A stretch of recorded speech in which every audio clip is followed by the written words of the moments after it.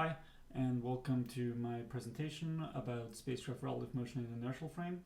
I presented this work at the AAS Spaceflight Mechanics meeting in Hawaii a couple of weeks ago, and I would like to acknowledge my advisor, Dr. Hans-Peter Schaub, as well as funding from the NASA Finest Fellowship, as well as the Dr. George Bourne Travel Award. So to start, I would like to ask a couple questions. The first question is there a spacecraft formation where one spacecraft is always ahead of the other spacecraft? So that corresponds to a constraint that is fixed in the Hill frame or LVLH frame. And as the illustration shows, this corresponds to a keep-in zone that is on one side of the chief spacecraft, and that keep-in zone kind of rotates as the two spacecraft orbit around Earth. Now, if you know a little bit about relative motion of spacecraft, you probably know that the answer to this is yes.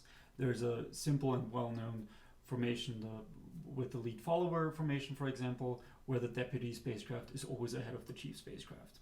Now, there also is a little bit more complex formation, for example, a 2x1 ellipse that is shifted in the long track direction to ensure that the deputy spacecraft is always ahead of the chief spacecraft. Now, a little similar question could be, is there a spacecraft formation where one spacecraft is always on the sunlit side of the other?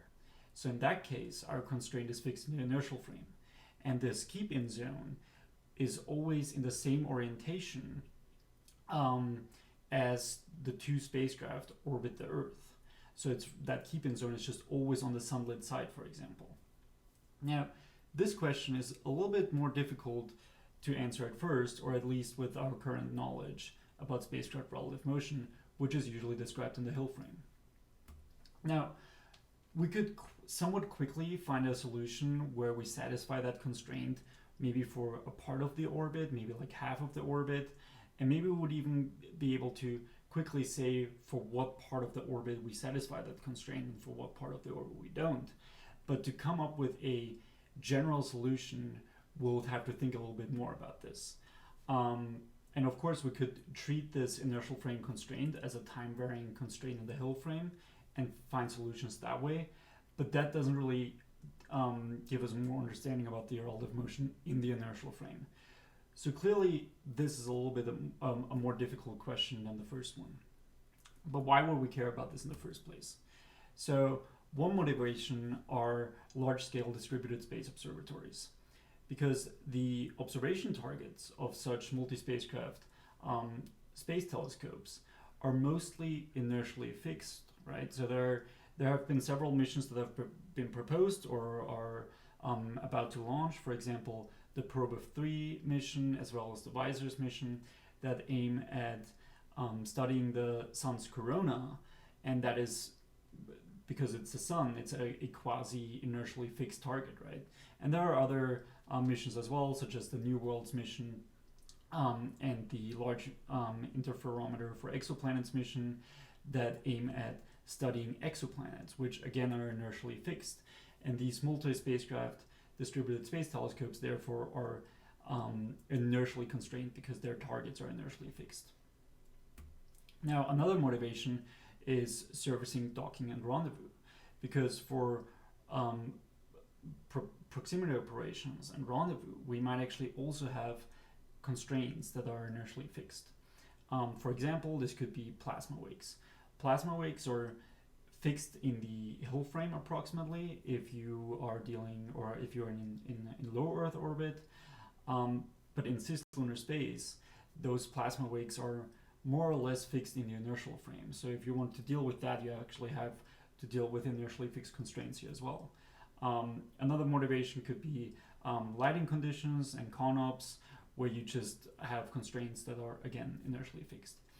And now, last but not least, if you're trying to rendezvous with a target that is non-rotating, then that target body frame essentially remains fixed with the inertial frame. And especially for docking, we often look at the body frame. So now, understanding the inertial frame relative motion, we can also better understand the relative motion in the body frame if that target is not rotating. So let's review quickly the relative motion dynamics in the Hill frame. So there are the Clausius-Walter equations, which are quite well known, which are the linearized relative motion for a circular chief orbit. For these equations, we have an analytical solution which depends on 6 parameters. So the first parameter, and that's kind of motivated on the top right, is A naught, which is the amplitude of that 2x1 ellipse. Then we have the y offset that shifts the relative orbit in the long track direction or the y direction. An x offset shifts the orbit in the x direction or the radial direction, but that also causes drift because it's a difference in semi-image axis. And then we have a out of plane amplitude b naught and an out of plane phase angle beta, as well as an in plane phase angle alpha. So with those 6 parameters, we fully define that linearized relative motion for a circular chief orbit. So let's quickly look how keep out zones, like a keep out cylinder, looks like in the Hill frame versus the inertial frame. So first we're looking at a cylindrical keep out zone that is fixed in the Hill frame, and we look at that keep out zone and the resulting motion in the Hill frame as well. So in that case, that keep out cylinder stays fixed in the Hill frame, and our motion looks like we're used to with that kind of 2x1 ellipse motion. Now, next we still look at it in the Hill frame, but now the keep out cylinder is fixed in the inertial frame. In that case, that keep out cylinder is actually rotating in the Hill frame. Again, as I mentioned earlier, an inertially fixed constraint could be treated as a time varying constraint in the Hill frame. Now, we could look at it this way and kind of treat it as a phasing problem, but that doesn't really teach us anything about the motion in the inertial frame itself.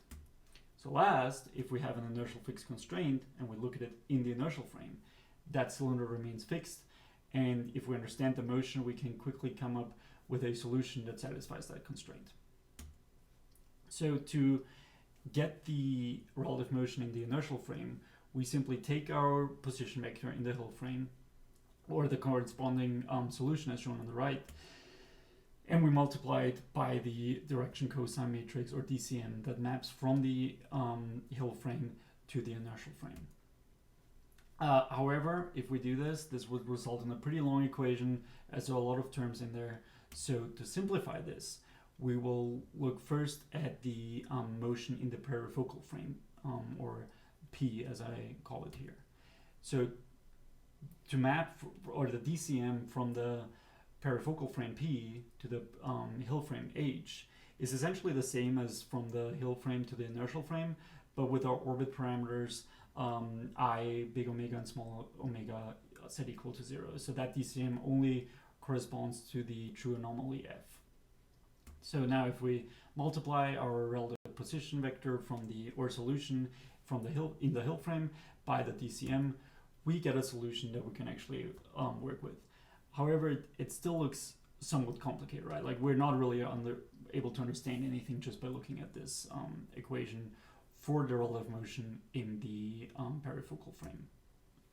Now, if we set the x offset and b naught, alpha, and beta all equal to 0, so we only have a non-zero a naught and y offset, then the motion looks somewhat less complicated, right? And somewhat intuitive almost, as shown on the bottom right. Now, if this looks familiar to you, it might be because it's actually the shape of an epitrochoid. So the epitrochoid is the curve that's generated by a point on a circle when that circle is rolling without slip on the outside of a fixed circle. And this curve, this epitrochoid curve, depends on the radius of the circle, or the two circles, as well as the kind of that distance from the generating point with respect to the center of that rolling circle, or like that arm, that generating arm, basically. So now let's look at the effects of the linearized relative orbit elements that I described earlier, the 6 parameters, on the inertial frame relative orbit. So a naught and y offset determine the size and the shape of the epitrochoid curve. So if we vary a naught, then that circle moves closer or farther away from the chief and increases in size as well. Now the y offset kind of changes the shape as well of the epic trochoid. Here, essentially, y offset corresponds to the radius of the two circles, and a naught corresponds to the arm length of that generating point. Now, the in-plane phase angle alpha rotates that relative orbit around the orbit normal axis of the chief spacecraft.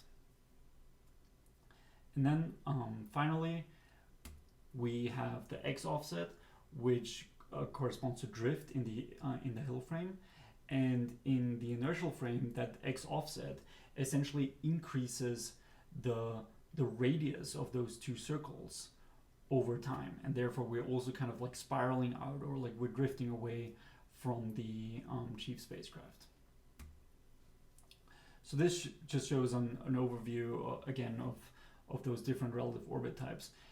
The two main point of focus here are the bottom right with a naught equal to 0 and the y offset of 6 kilometers. So in that case, we only have two circles, and that arm length is 0 of that generating point. And as a result, in the inertial frame, the deputy is orbiting around the chief. So there is, in case of a inertially fixed constraint where we always want to be on one side, that clearly doesn't work just with a y offset. We need some a naught for that as well. And that's kind of shown on the top left with a naught equal to 2 kilometers and y offset equal to 0.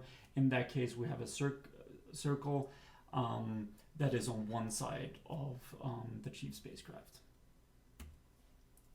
Now, it would only make sense now to come up with inertial frame relative orbit elements that really describe this intuitive relative motion. So we went from the solution in the Hill frame and we transformed it into the solution in the inertial frame. But what we can do now is we can define inertial frame relative orbit elements that really describe that motion as well. And that's what we're doing here. So we have the radius of the two circles, r sub I, and the distance of the generating point with respect to the center of the rolling circle, d sub I. And then we have some phase angles, for example, alpha, which we can use to rotate that relative orbit around an orbit normal axis. Now, that was the motion in the perifocal frame. However, to go from the perifocal frame to the inertial frame for any general orbit elements with big omega I and small omega, it's just a sequential rotation with that DCM. So it doesn't change the shape of the relative orbit, it just changes the orientation. So that's kind of straightforward to go from the perifocal frame to the general inertial frame. Now, let's come back to the applications that we mentioned at the beginning of the presentation. So, is there a spacecraft formation where one spacecraft is always on the sunlit side of the other? Well, we know now the answer is yes, right? We just need to have some non-zero a naught, such that we guarantee that relative orbit is only on one side of the other spacecraft, and then we use the in-plane phase angle alpha to rotate it in the right way. But some other applications could be to stay outside of an inertially fixed keep-out cylinder, like for the plasma wicks, for example. And again, that is very easily done now. We just create a relative orbit that remains on one side of the spacecraft, and we rotate it in the right way, such that we are always outside of that keep-out cylinder. And then for another example, to rendezvous and dock with a non-rotating target, we introduce some drift motion with the x offset that results in a change of the radius of those two circles, and therefore we can approach that target, for example, from a inertially fixed direction, as shown in the figure. Now, we also derived the inertial frame relative orbit elements for a general elliptic chief orbit because what I showed so far was only for a circular chief orbit. In that case, we work with orbit element differences, but the parameters that we use for the inertial frame relative motion are still similar. They're just other definitions, basically. But we still work with a radius and with an arm length and so on. And this shows a few inertial frame relative orbits for elliptic chief orbits. In that case, the relative orbit is kind of like stretched and distorted in some directions, but generally we still have some similarities with the circular chief orbit. So in conclusion, the inertial frame relative motion for a circular chief orbit is equivalent to the epitrochoid curve. We derived meaningful inertial frame relative orbit elements based on the parameters of the epitrochoid. We did that for both the circular chief orbit as well as for the elliptic chief orbit. And we looked a little bit into the applications in terms of inertially constrained servicing and docking. So what's next? Well, for future work, I would advise to continue studying the elliptic chief orbits, or like the relative motion for elliptic chief orbits, to focus a little bit more on the applications and to control the inertial frame relative orbit elements, or also to control around the inertial reference trajectory. And finally, what we've kind of ignored here is the out of plane motion as well as the J2 effect on the relative motion. So finally, I would like again to acknowledge funding from the NASA Finance Fellowship as well as the Dr. George Bourne Travel Award. And if you have any questions, please feel free to reach out, and you can find the paper for this conference on Dr. Hans-Peter Schaub's website. Thank you.